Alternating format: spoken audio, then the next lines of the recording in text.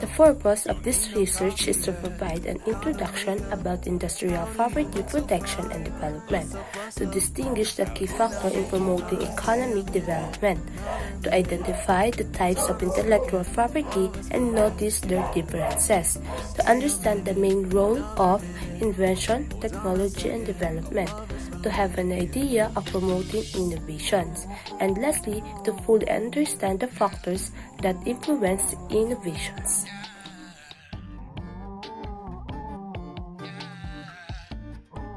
Industrial property shall be understood in the broadest sense and shall apply not only to industry and commerce proper, but likewise to agricultural and extractive industries and to all manufactured or natural products.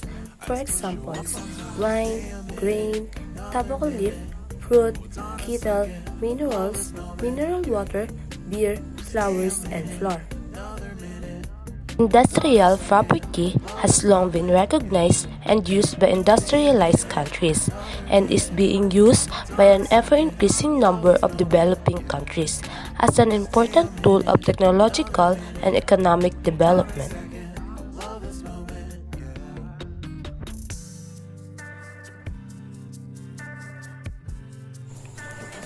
The key factor of economic development is for economic growth, to promote among owners and users, as well as among potential owners and users of industrial property within the government and in private sectors. Awareness of the nature of industrial property and of how its main components can be developed and successfully exploited in commerce and industry to enable the industrial property system to serve better the national interests and national goals of development.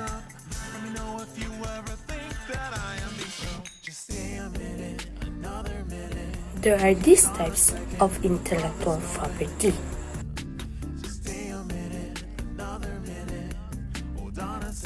Patents are the most widespread means of protecting technical inventions. The patentee no longer holds exclusive rights to the invention, which then becomes available for commercial exploitation by others. Once a patent expires, the protection ends, and the invention enters the public domain, also known as being off patent. Encouragement of indigenous inventiveness and the stimulation of creativity among the peoples of the country.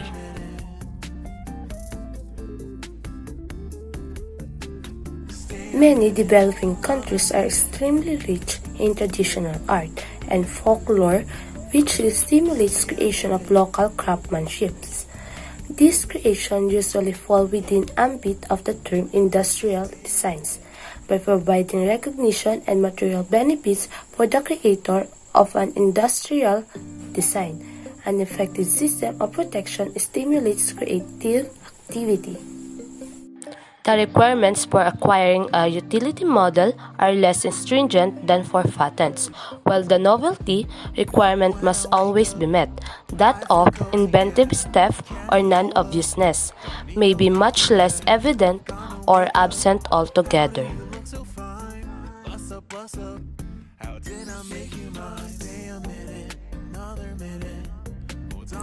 A well-selected trademark is an asset. In some cases, the most important asset of substantial economic importance to an enterprise because it enables that enterprise to establish a market position and goodwill in the marketplace. Based on the trademark, thus the effective protection of trademarks is an important aspect of commercial activity in any given country.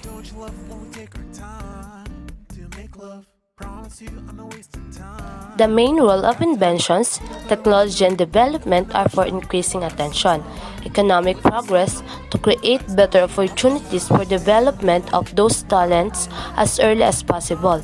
Several countries organize special exhibitions and contests for invention made by school children, students, and young people to obtain exclusive rights to work on inventions for a limited period of time, constitutes an important incentive to inventive and innovative activity.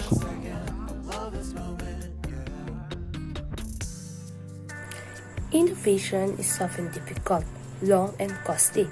Unfortunately, in many cases, inventions and innovations are considered high-risk investment and do not obtain financial support easily.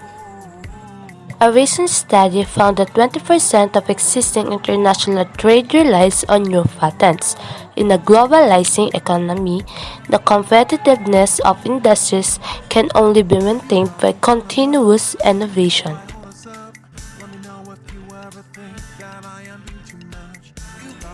Specific factors that influence innovation are the relationships between universities, financial institutions, governmental offices, and industry networks, among others. Furthermore, the administrative and financial regulations governing the creation of new companies play an important role. Innovation is often influenced by the environment in which innovators work. Intellectual property systems may, if we are not careful, introduce distortions that are detrimental to the interests of developing countries. Developed countries should pay more attention to reconciling their commercial self-interest with the need to reduce poverty in developing countries, which is in everyone's interest. Patents and copyright inherently confer both costs and benefits to individuals and companies and to society at large. They provide an incentive for innovation or creation that may benefit society as well as the rights holder, but they also impose costs on the users of protected works. Contemporary evidence suggests that because developing countries are large net importers of technology from the developed world, the globalization of IP protection will result in very substantial additional net transfers from developing to developed countries. The benefits to developing countries from IP protection would have to come from an offsetting dynamic stimulus to rate the development of technology investment and growth. We hope that our endeavor will contribute to an agenda for making the global IPR system and the institutions in that system work better for poor people and developing countries.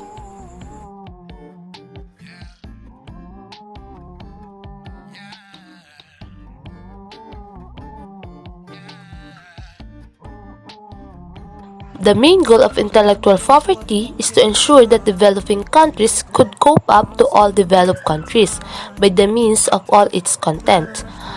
But in some cases, they need to consider the what sort of rights IP have. But the problem is less about obtaining mature technologies on fair and balanced terms, but more about the sophisticated technologies that are required to be competitive in today's global economy. But for IP, developed countries need to give serious consideration to their policies for encouraging technology transfer. In addition, they should promote more effective research and cooperation with and among developing countries to strengthen their scientific and technological capabilities. But the question is, can the modern IP system help to protect these resources of knowledge and ensure that the benefits of their use are equitably shared? And that's for my video. Thank you for watching.